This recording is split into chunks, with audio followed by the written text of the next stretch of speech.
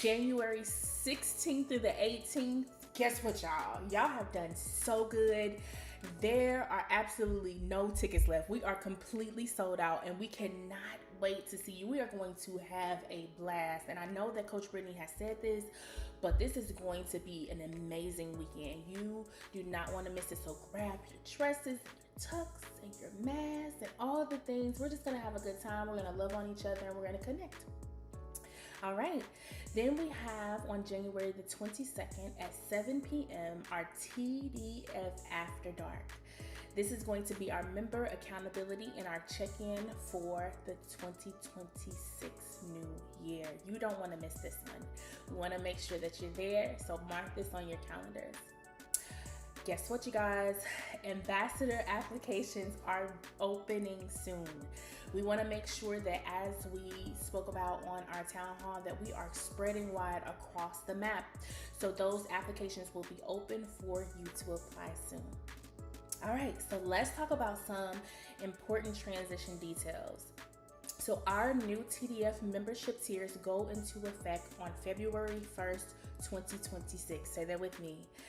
February 1st, 2026. So here's what this means. So now until the 31st, this is going to be our transition month for you to select your tier. Your current tier that you have currently will expire on the 31st of January. So members who do not select a new tier, you're going to lose access, and we don't want that to happen. So we want you to go ahead and please select your new tier before your billing date. Everybody has a different billing date because somebody joined on the 3rd of the month, I joined on the 6th of the month, somebody else joined on the 15th. So you're going to want to select your new tier before your billing date. If you have any questions about what your billing date is, any of those types of questions, please feel free to reach out to tdftribe@gmail.com. Important. This is important. Do not try to upgrade on your phone. Do your best to do your upgrade of your tier on a desktop or a browser instead. All right? So I just want to thank you all for being here on our very first month of the year, for continuing to choose you, and for continuing to do the work, even when it's hard and even when it feels like, oh goodness, I just want to stop. We're grateful for each and every one of you and can't wait to see you at the gala. See you guys soon.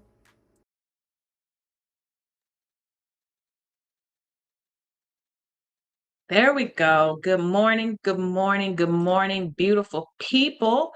Let me know if you guys can hear because my microphone was not on yesterday. So try to make sure that my microphone is on today.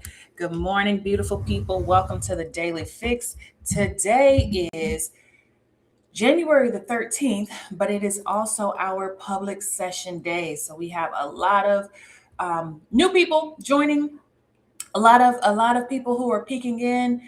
Somehow we're live on TikTok. I tried to look and see. I can see that I'm live on TikTok, but I can't see the maybe. Oh, there we go. Now I can see it. Okay. And then I'm gonna go ahead and go live on Instagram because I'm gonna hop on in today because I have a lot of notes, and anytime I have a lot of notes, I don't think I'm gonna make it through. I don't think I'm gonna make it through all of my notes. So I want to go ahead and get started. For everyone who is joining, I want to say hello, good morning. If this is your first time joining and you don't know what this live is, anytime you guys see me live early in the morning, this is the Daily Fix. This is my morning meetup crew.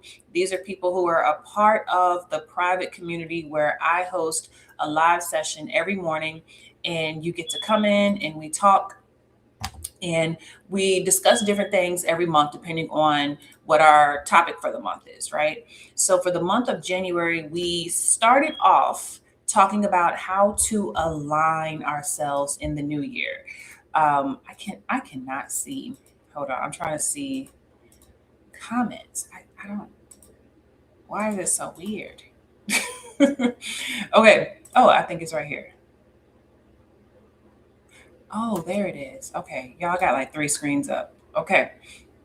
So we have been talking about affirming our new year. So when we affirm the new year, what we want to do is focus on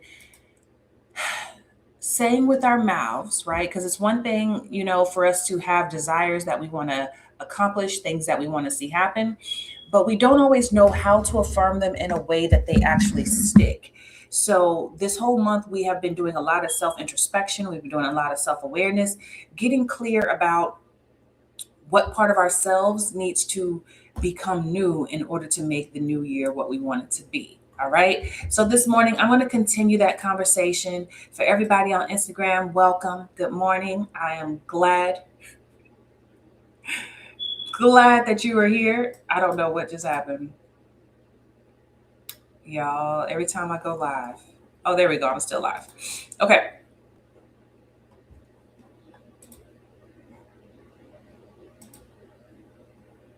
There we go.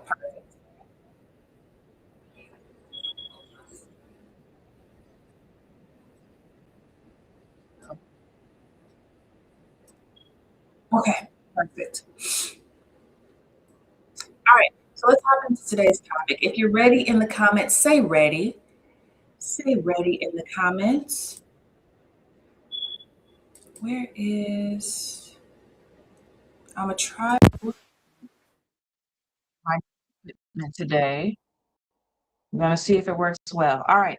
So yesterday we started our conversation that got a little bit got a little dicey because I wanted you guys to think about the ways in which our systems and our patterns establish what's happening in our lives. One of the common themes that I want you guys to hold on to is that 2026, believe it or not, has already been determined. Everything that will happen this year has already been determined, right? And I'm not even talking about determined by a higher power. Yeah. The truth is that wherever you are today, your patterns, your systems, your thought processes have already decided what this year will be for you. It's up to you to decide whether or not I am going to continue to live by those systems and those patterns because they're getting me the outcomes that I want, or do I need a new system? Do I need new patterns, right? Yesterday we talked about the unconscious agreements that we make that dictate our behavior. If I'm not aware of what I've already agreed to, then I won't understand why I'm stuck in certain patterns and I'm not getting changes, I'm not getting outcomes, right? So today we're talking about the power of withdrawal. Our guest speaker last week said something really powerful. She said that at the beginning of the year, most people focus on adding things, right? So I'm going to start going to the gym. I'm going to start eating right. I'm going to start, working another job. And they focus on what they need to add in order to get a certain outcome for their life. And most people don't realize that when they add, they're actually just adding more to their plate, which stretches their capacity. So most times that change that they're making, it's only going to last. It'll be temporary. It won't be a long term, a long, right? So we don't want to always focus on adding. And before we can do any addition, we have to do some subtraction. Before we can do any addition, we have to do subtraction. All right. So this morning, I want to talk to you guys about withdrawal. Somebody put withdrawal in the chat. Withdrawal in the chat. Okay. Because let me tell you that the technology today has been a lot. Okay. Mm, thank you, Candace. For everybody who's like, oh my gosh, I didn't even know she does this every day. Here's the information to join the Daily Fix. The Daily Fix is our live meetup. It happens every morning, Monday through Friday. This is the only place where you can get Heart Talk replays. This is the only place where you have access to me individually or in a group setting. So join the Daily Fix and you're a part of the tribe, and then you get access to all things Brittany Noel from there. But yes, when you join, you get access to over 300 videos. So whatever it is that you're working on for the new year, hear me. I think joining the Daily Fix at the beginning of the year is the best thing you can do. Like, it's the best investment that you can make because literally in one place, you're going to have all of the information and access to accountability, access to support that you need to make anything happen that you want to make this year. Anything that you put on your vision board. I promise you, in the Daily Fix, I've already discussed how to control your emotions, how to communicate, how to deal with difficult people, how to navigate romantic relationships, whether you're single or you're dating, how to know if you're ready to date, All of that is in the day fix. All right. So go ahead and join, and I'm gonna see y'all every morning. Okay. So let's hop in. Let's in. Mm, Okay. So the first thing I want to do is explain what withdrawal is. Because if you're not careful, a lot of people will hear withdrawal and they will think that I'm talking about avoidance. Withdrawal and avoidance are two totally separate things. All right.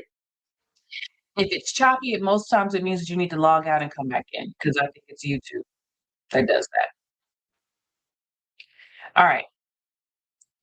So, first and foremost, understand that withdrawal does not mean that you are disengaging or escaping your own responsibility. All right. Withdrawal does not mean that you are disengaging or escaping your own responsibility. So, withdrawal is not me running away from the problem. Withdrawal is not me silencing myself to avoid confrontation. Okay. Withdrawal does not mean that I become silent or I become um, invisible, right? So it's not disengaging, it's not running away, it's not becoming silent, and it's not abandoning myself or abandoning my own work. Okay? It's not abandoning myself or abandoning my own work. If I am abandoning my work, if I'm running away, if I'm, not addressing issues, all of that is avoidance. There's a difference between avoidance and withdrawal. When we are going into withdrawal is the intentional removal of my energy, my access, and my participation from a system that is not working. Okay. Withdrawal is my intentional removal of my energy, my access, and my participation from a system that is not working. We talked last week about how we tolerate things that aren't working simply because that's what I'm used to or that's what I've been used to, right? So we want to make sure that when I'm talking about withdrawal, we're talking about withdrawal from things that are not working, or sometimes they are working, but they're holding me back, right? So yesterday we used emotional eating as a example, right? Emotional eating works. It helps me soothe my emotions in the moment. But it's not working for the vision that I have for my life. So the vision that I have for my life is I want to be fit in 2026, or I'm trying to lose weight, or I'm trying to focus on getting my blood pressure, my cholesterol in order. Okay, well, emotional eating doesn't help that. So sometimes we can have a system that is working, but the system holds us back. This is what I mean when I talk about what do you want to withdraw from? Because sometimes we're not just withdrawing from what's not working. Sometimes you're withdrawing from systems, from patterns, from people, from relationships that they do work. They do keep you comfortable. They do keep you safe, but they are holding you back from evolving into the next version of yourself. And that's a hard conversation when you actually realize, dang, I'm gonna have to withdraw from certain things if I want to be better, right? Because that conversation is only for people who truly want to be better, right?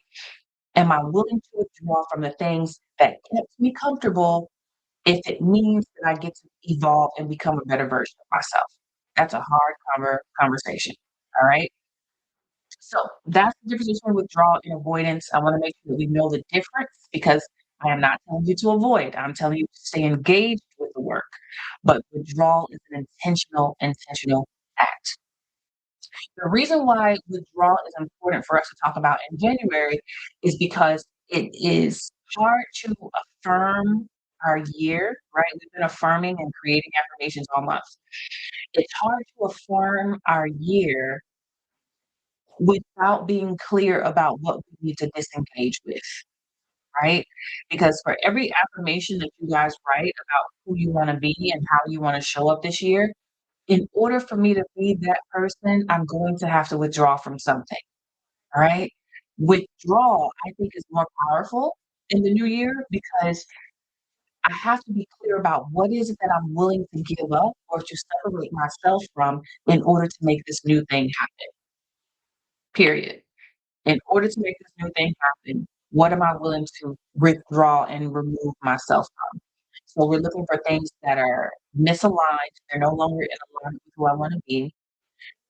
Um, Contradictions. We're going to talk about contradictions where I'm saying one thing but doing another, or old systems that, they're comfortable, but they're not working anymore.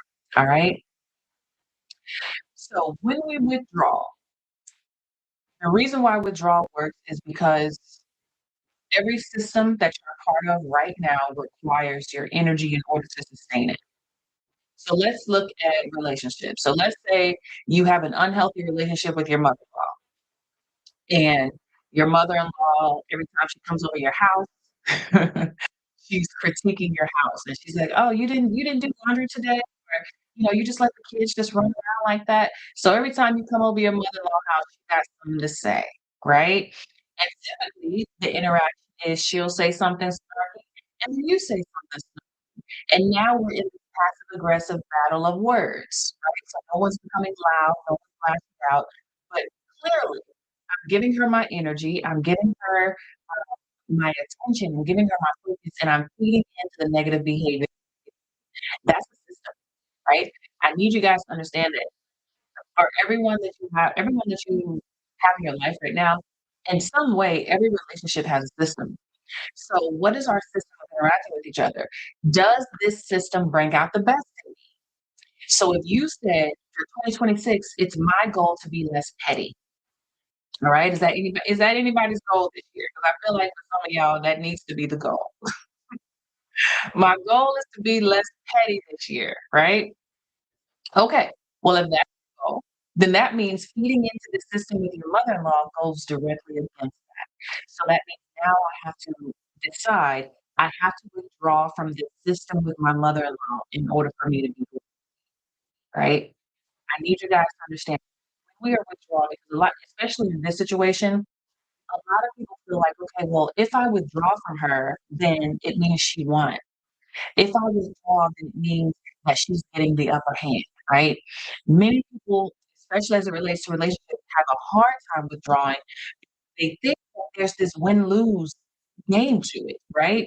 If I step out of this system, if I remove myself from this system, then in some way I'm admitting that this person won, and that's not true. When I withdraw from a system, I win because I'm getting to choose who I want to be. Allow your mother-in-law to take you out of your own character and who it is that you said you wanted to be for yourself, right? So, in order to reset that system, we would use withdrawal. Where did my notes go? There we go. Okay. Some of the things that we want to look at withdrawing. Number one is your attention. What I give attention to. This can be attention um, as it relates to what we consume online. Right now, we have to be aware and protective of what we're consuming online. Emotional labor.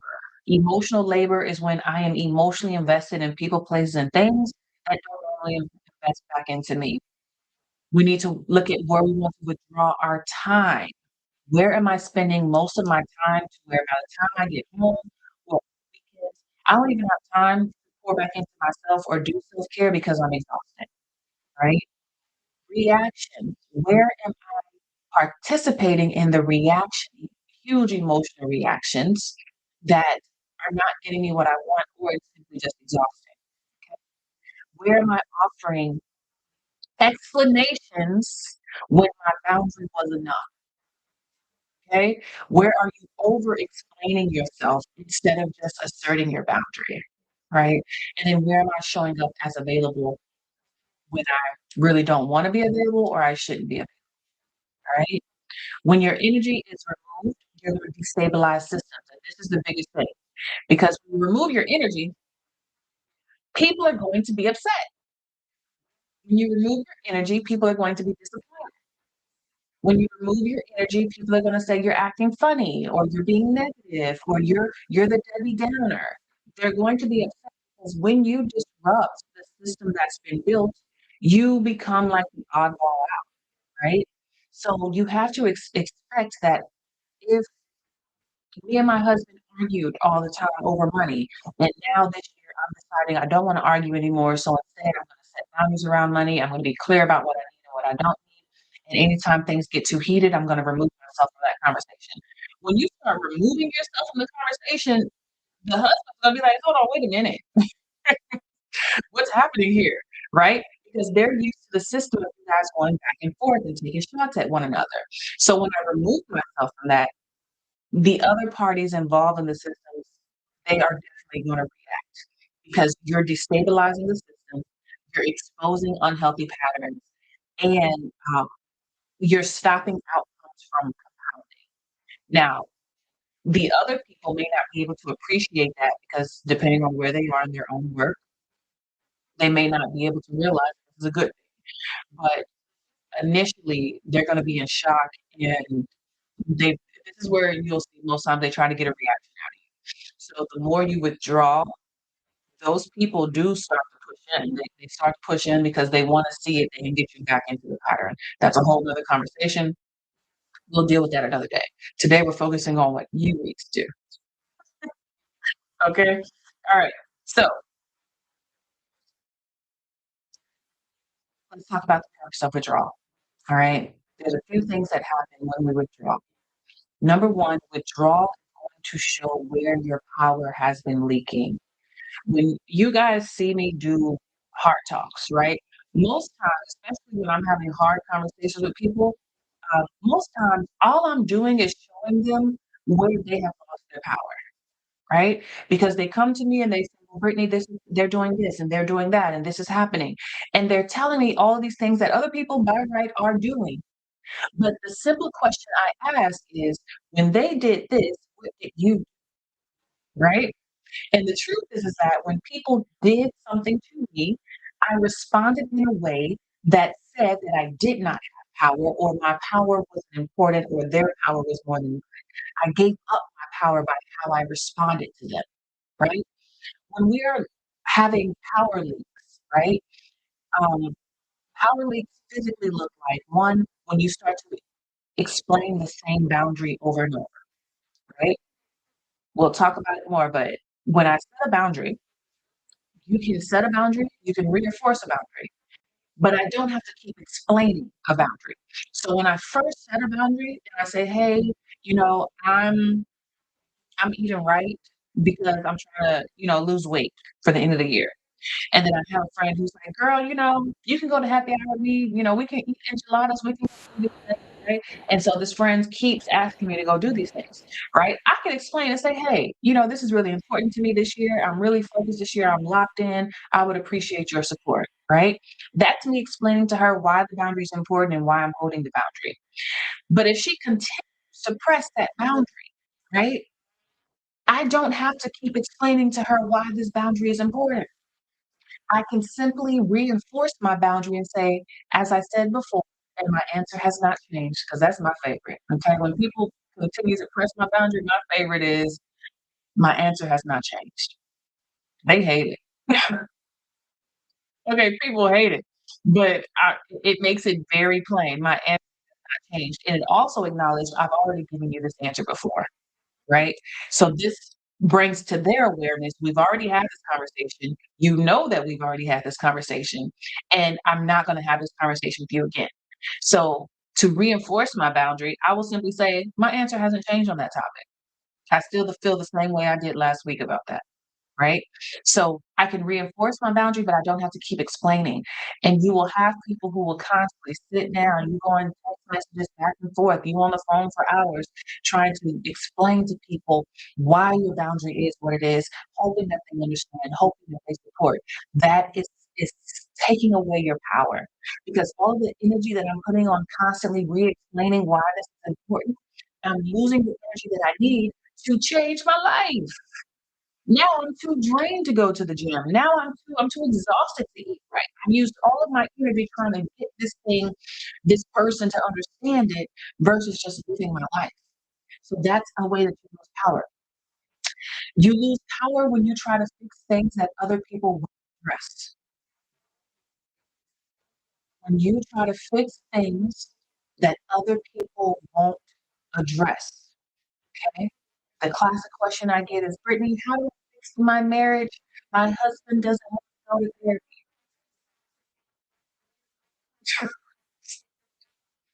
In order to fix a marriage, you need two people, right? Right? So the only thing I can do is fix me and work on myself, but the marriage itself cannot be fixed until both people are consenting parties, right? So I lose power when I'm trying to fix something that others won't address. Brittany, how do I have a better relationship with my mom and she doesn't want to, go to therapy, right? We lose our power when we try to manage the emotional reactions of other people that don't belong to us. This is where it's going to be difficult for the people who have a history of people pleasing. This is gonna be difficult for the people who have a history of relying on other people to kind of inform you of who you are and where you fit into this world. This is gonna be hard for people who always want to belong. If you always want to belong and you're always trying to find your way into people's hearts, this one is gonna be difficult for you because you try to tailor how you show up in the world in a way that makes other people happy so that they don't abandon you. So many times you're shape shifting, becoming a chameleon, trying to manage other people's responses instead of letting people just own their own emotional responses. If you feel a certain way because I'm changing, you get to feel that way. I say that all the time. If I'm changing, if I'm making certain changes in my life, if I'm becoming somebody different, if I'm doing something different, and you don't like that, you are allowed to not like that. I don't have to make it better for you.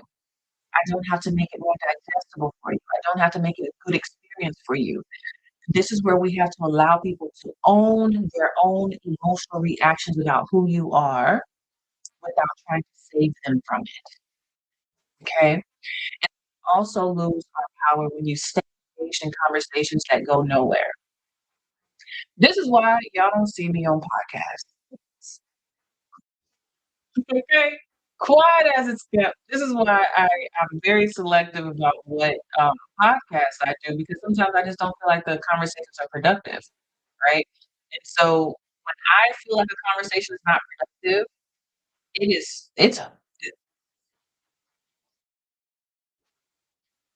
hey, we ain't got to do this.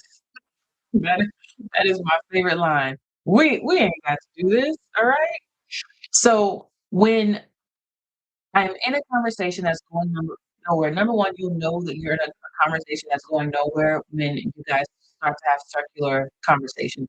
So when I've already repeated myself about the same thing 3 times, when this person, like, it doesn't matter what we do, we keep coming back to the same thing. When we're yelling, right? You can't have a conversation when two people are yelling at each other. That's not a conversation. That's an emotional, you know, numbing pit. That's not a conversation, right?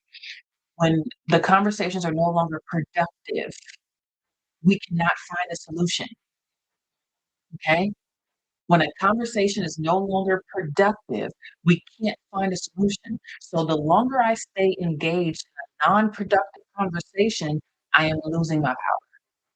Because now when you're in a conversation that's going nowhere, what's happening in the background and your subconscious, your emotions are rising. You're becoming more frustrated, you're becoming more agitated, you're becoming more annoyed, or you're becoming more hurt because you don't feel seen, you don't feel heard, you're feeling dismissed, you feel disrespected. And so in the background, as long as I'm engaged in a conversation that's going nowhere, behind the scenes, my emotions are rising. And the higher my emotions get, the less rational I become. And at that point, that's when I'm gonna say something that I don't mean. That's when I'm gonna say something trying to hurt the other person because I'm lashing out at that point, or you just shut down and go away, right? When we have these power leaks or these leaks in our power, um, you don't show up as the person you want to be. You're typically less kind, you're more on defense, you're more guarded, you're less open to vulnerability. When I have a lot of these power leaks, you are more suspicious of people. When you don't own your own power, you don't know how to trust other people because when I don't have my own power, I need other people to treat me right because I'm relying on them to be who they said they would be, right? When I have my own power, I know that if you don't treat me right, leave. They don't even give you a warning. Okay.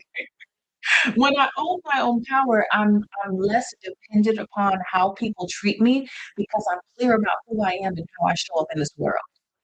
So the longer I stay in dynamics and systems and patterns that take me up, I am less likely to actually set boundaries, stand for my boundaries, and be about who I am, right? So this is why we have to learn withdrawal and know when to withdraw. All right.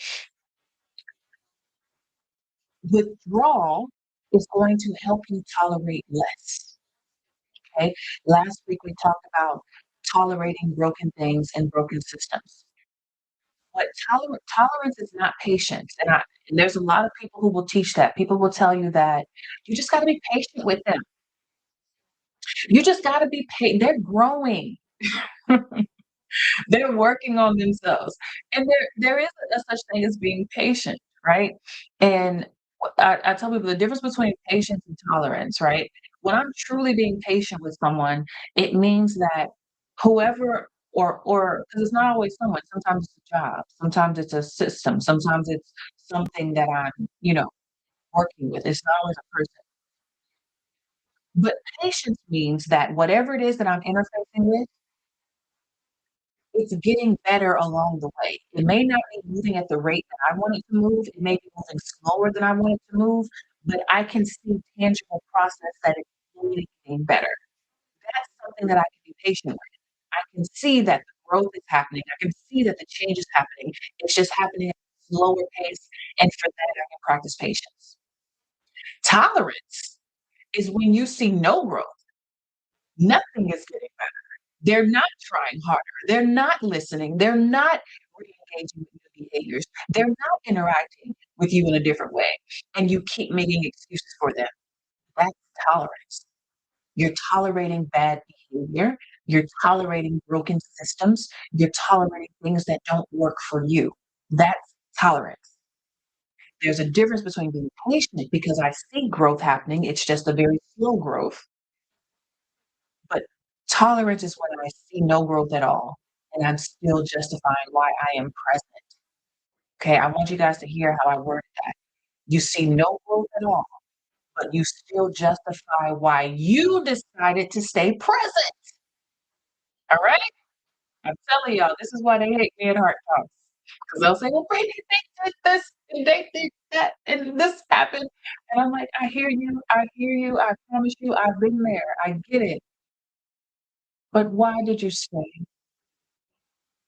What story did you tell yourself about why you couldn't leave? And why did you feel like you didn't have the power to withdraw, right? So there's a difference between tolerance and patience.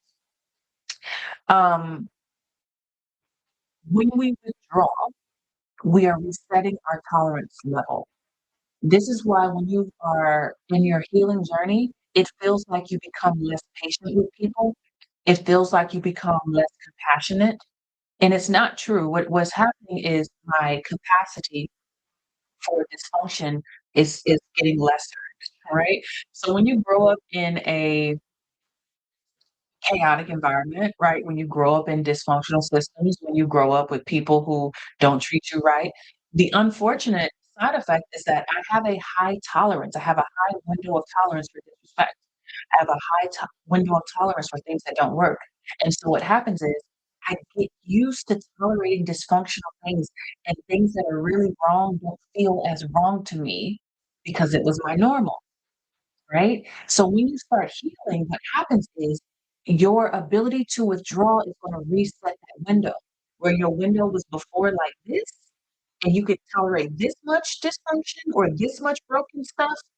When you start healing, that window goes about here, right? So you go from having a large capacity for dysfunction to having a low capacity for dysfunction. And so this is why you immediately recognize when certain people are problematic.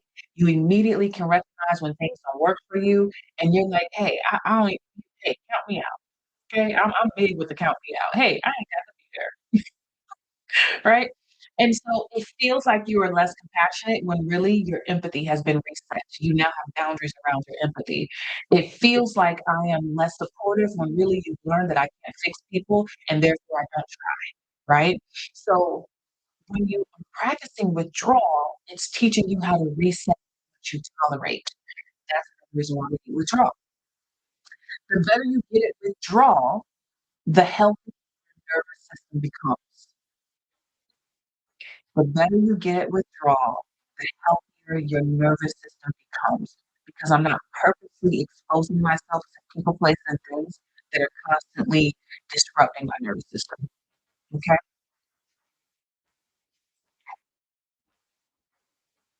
Here's my favorite. Your ability to withdraw is going to clarify your authority. Last week, I talked to you guys about leadership, and I talked to the Daily Fix about when we are out of control in our lives, it's because we gave up leadership. I stopped leading myself, all right? When I stopped leading myself, I allowed everything outside of me to dictate how I moved and what I showed up for and how I felt. Everything outside of me became my leader, right? So when I withdraw, I start to clarify my own authority, right? When I clarify my authority, first of all, I want you guys to think about this. When I think about leadership, I think of like if I was like a staff sergeant in the army, right? If I was the staff sergeant in the army, I am dictating what happens for Brittany. Like I'm very clear about what Brittany stands for and what she doesn't, who gets access and who doesn't, right? So when you are the leader of your life, it means that you are willing to reduce access to people, places, and things. I want us to normalize, and it's difficult in today's society because of what has happened. Because I see it on Instagram where people will, because we overshare as a society, everybody makes a post. Like I have seen the craziest posts. Like someone will be like, "My grandma just died," and they're in the hospital with their dead grandma, and they're making a video. And I'm like, why did Instagram need to know that? Like, shouldn't you be grieving? Shouldn't you be doing something other than making a video, right? And so because we live in this world where we think we have to give access to ourselves to everybody, we think and people feel entitled, especially if you're a public figure. People feel entitled to life. They feel entitled to what's going on with you. They feel entitled to know that the deepest part. Oh, okay. Having authority over your life says that it is a privilege to have access to me. And if something is a privilege, it means everybody doesn't get it. It is a privilege to know me intimately. And if it's a privilege, it means everybody doesn't get it. There are levels to access. Access is not a black and white concept. So as the leader, as the authority of myself, I have to move through my life knowing everybody doesn't get the same access. And to have access to me is a privilege. So there may be people who want to be friends with you. And that's not a privilege that we just give out all willy-nilly. That's not a privilege we just throw out there, right? To be the leader of my life, this is my favorite one, it removes negotiation. I can't tell you how many times that you will go through this world and you will be asked to negotiate who you are. You will be asked to negotiate your boundaries. You will be asked to negotiate what you want. When I'm the leader and the authority of my life, the second phrase Imma give y'all, "I'm sorry that doesn't work for me." When someone offers me something that I believe is below my value, it's below what I need to feel safe, it's below what I need to feel appreciated, it's below what I need to operate and reciprocate in this relationship, my favorite phrase is, "I'm sorry that doesn't work for me." It may work for you, it may work for Jessica, it may work for Jimmy, it may work for the whole world. It doesn't work for me. Right?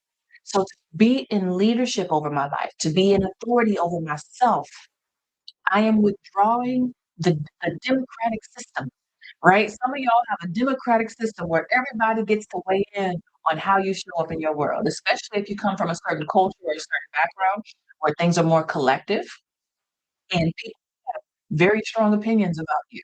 They have strong opinions about what you should be doing and how you should be operating, how you should be moving. Everybody got an opinion, ain't nobody paying no bills. That's my favorite. Everybody got an opinion, but ain't nobody paying no bills. Okay? So that means I have to remove the negotiation. Unfortunately, this is not a negotiation that I can consent to. Okay? When you are in leadership over your life, you enter active cycles. Everything does not need my reaction. Some things just simply don't deserve my reaction. It forces me to be in a place of clarity. That's the biggest thing. If I'm the leader, I gotta be clear about where I'm headed, right? So that means I am forced to be in a place of clarity about who I am, what I want, how I want to show up in this world, and what serves me this season. Okay? When you are in authority, fewer things get an immediate response. People come sideways all the time, and I just look at it like, okay, is that how you feel? That's how you want to handle today, right? Fewer people have influence over you, and you can make decisions without needing the consensus of other people, right?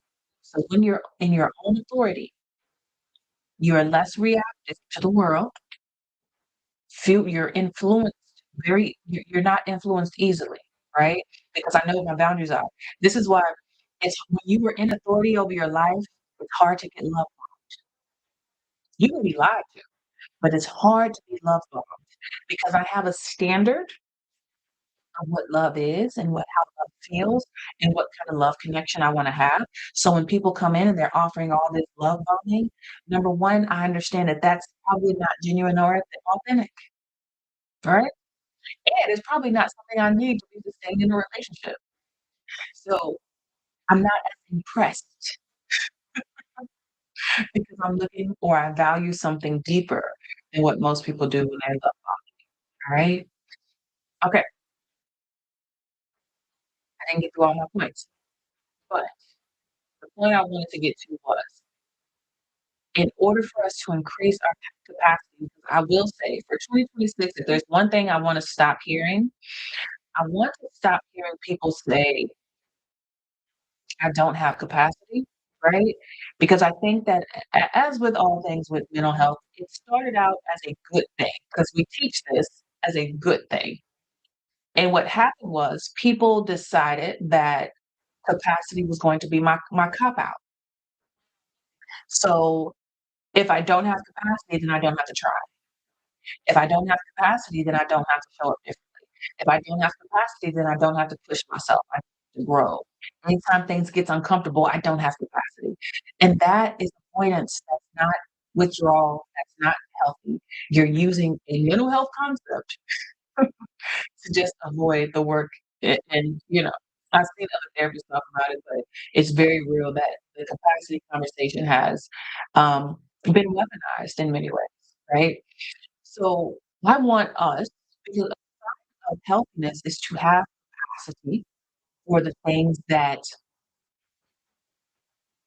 grow me, light up my life, the things that bring me joy, the things that bring me fulfillment, to be a good mother or a good father, those things that we want to have capacity for.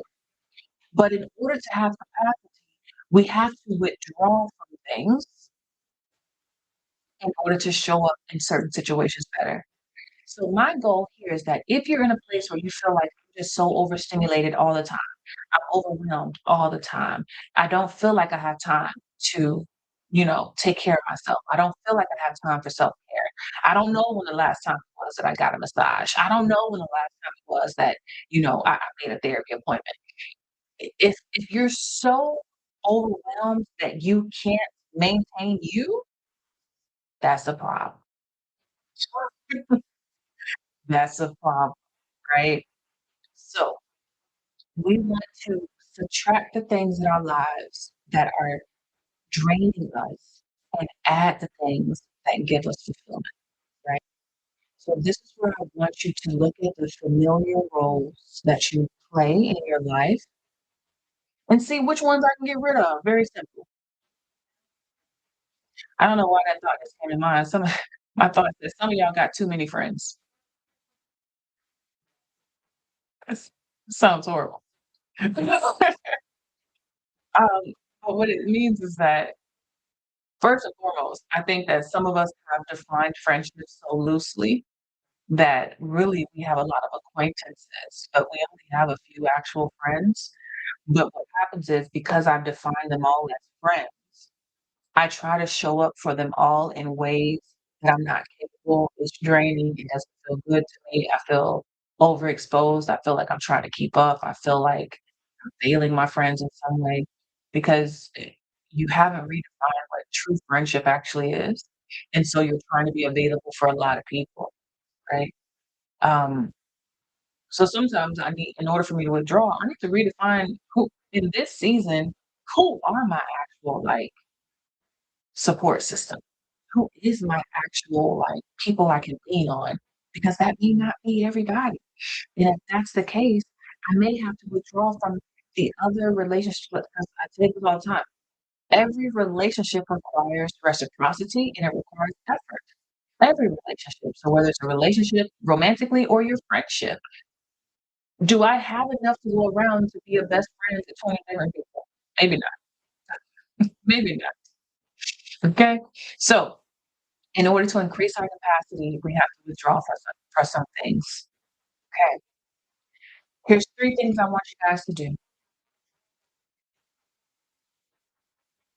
And for those of you guys who are just joining or, you've been hanging out, I see y'all on Instagram. I cannot see TikTok. Um, this is the part of the session where I give you homework. All right. Now, homework is how we take this conversation and we make it practical. Listening to me does not change your life. Listening to me does not change your life. The homework does. Okay, somebody says the homework does. Put it in the chat. Homework, homework. Listening to me gives you skills, it makes you feel better, it probably calms your nervous system a little bit, but the change happens when you apply, right, um, the new system, okay? So, there's 3 things I want you to do. And bonus points if you do these 3 things before next week. I'll be nice, before the end of the month, because some of these may be difficult. Some of these may be a little bit difficult. Y'all gonna need a follow-up session for some of these. Okay, first one,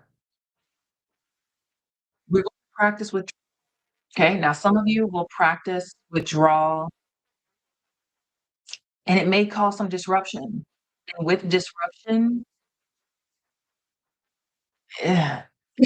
This is where some of y'all need to do this with a therapist, depending on what you're withdrawing from, okay? Because when I practice withdrawal, it disrupts the system, it disrupts the cycle. People get angry, people's feelings get hurt. It can get ugly when I withdraw, but it doesn't mean that the withdrawal was wrong, okay? Think of withdrawal, that's a bad, I'm not gonna do that metaphor. So, number 1, first thing I want you guys to do, I want you to find a place in your life where you are going to withdraw without explanation. Withdraw without explanation. That means that you're gonna make a decision on how you're gonna move different. You're going to say less, meaning I can announce the withdrawal, but I'm not going to go into this excess explanation about why I'm withdrawing or why I need to withdraw. I'm simply gonna say, "Hey, this in this season, this doesn't work for me. Imma try something else." Right? I am withdrawing without this long emotional, response to the withdrawal, and I'm withdrawing without trying to save people from feeling how it feels for me to withdraw, right? Imma let them own their emotions, Imma let me own my emotions. The first thing I want you to do is to withdraw without explanation, and I'm saying excess explanation. So, yes, you can say, "Hey, I'm withdrawing because this is not something I want in this time of my life." But I'm not doing this whole 3-hour sit down conversation to explain why I'm withdrawing. That's what we're not doing because that takes energy. We're not doing that. All right. This withdrawal energy, this is going to withdraw energy from the patterns or the systems that you've been a part of, right? And sometimes the withdrawal is not necessarily from a person, but it can be from a pattern, right? So if you know that you've been in a passive aggressive pattern with a family member, you can withdraw from that. If you know that you've been in an unhealthy um, tit for tat with a coworker at work, you can withdraw from that, right? I'm withdrawing from this without explanation. I'm not holding it against you anymore. I'm not trying to get my lick back anymore. I'm just taking my hands off of it. I am withdrawing because it's taking too much energy. Right. So the first thing is you're going to find a place in your life that you're withdrawing without explanation. The second thing that I want you to do, withdraw access. And sometimes this can be immediate access. So yesterday I told you guys about the pause, where if someone asks me for something, I will say, let me think about that, right? The reason why I'm doing that is because one, I need to get clear with myself about what my answer is before I say yes. But also, I need time to analyze how much access is this person asking for, and is that level of access warranted for this relationship? Okay. So the second thing I want you to do is withdraw access, meaning everything is not urgent. I don't need to be available for every breakdown and every crisis that's going on in the family. All right. I got good when I realized that these people were going to have crises at least 2 or 3 times a month, and I didn't have to be a part of it. When they would bring the crisis to me, and I'd be like, "Well, did you call and ask me how I felt about that before you made that decision? Because I probably would have said do something different, but now you want me to be a part of the solution." Right? So I'm withdrawing access. And for some of you, this is access from your person. For some of you, this is access to your time. This can be access to your mental. How often do you give advice and feedback and trying to help people and they never take your advice? They go do exactly what you told them not to. They go make the situation worse. But you done sit on the phone with them for a whole hour trying to talk them into a better decision or give them energy or give them motivation. And then they still go out into the world and don't use it. You can withdraw that. I can say, I no longer want to be a part of your problem solving because I have seen evidence that it doesn't work. So I'm no longer going to be a part of that for you, right? So we are withdrawing access. Some of you, you need to withdraw access from your gifts and allowing your gifts, your talents to be used and it doesn't benefit you, right? You showing up and you're doing the things and you're volunteering and you're serving on church boards and barely get a thank you. And at this point, you just think that you're supposed to do it, right? Not acknowledging that it takes energy and effort for you to show up, right? So two is where do I need to withdraw access to me? Because sometimes the reason why you're exhausted is too many people have access to you, and you have more people who have access than people who are actually pouring in. Third thing I want you to do, third thing I want you to do, third thing I want you to do, third thing I want you to do. Mm. We have to withdraw from feeding the misaligned systems. Whatever I have been, whatever I have identified is no longer in alignment. I have to withdraw from that, right? And I want you to think of it as a system. I'm not repeating behaviors. I'm not repeating um, patterns with people, right? So if you're always the one who is the bigger person and has to apologize first, I'm not doing that no more. If I'm always the one forgiving you after you keep making more, decisions that hurts our relationship, not no more. I'm just not, right? I'm no longer rescuing, I'm no longer fixing, I'm no longer trying to smooth things over. I'm not doing it anymore. And in order to withdraw successfully, you guys, you're going to have to sit in the discomfort, right? Let things be broken. Okay, as a fixer, this was my lesson that I had to learn the hard way. Everything ain't for me to fix, and everything I can't fix. And sometimes fixing it requires two people, and everybody involved ain't willing. So, in order for me to withdraw from certain things, I gotta be okay with things being broken. Sometimes the relationship with your parent will be broken. The relationship with your siblings will be broken. The relationship with the people at work, it ain't gonna be ideal. And I have to sit in how uncomfortable that feels. I have to sit in how, you know, finished it feels and understand that something can be unfinished and I don't have to finish something can be undone and I don't have to go and find solutions. I can sit and say, "Hey, it sucks that can't be better. It sucks that we can't fix that, but I can't keep being a part of this pattern and this system that is draining me." Okay?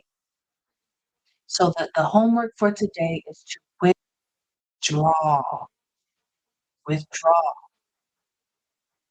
withdraw my access, withdraw without an explanation, and withdraw from systems and sit in that discomfort and feeling, understanding that I can feel uncomfortable and still know that I made the right decision. Both of those things happen at the same time. All right.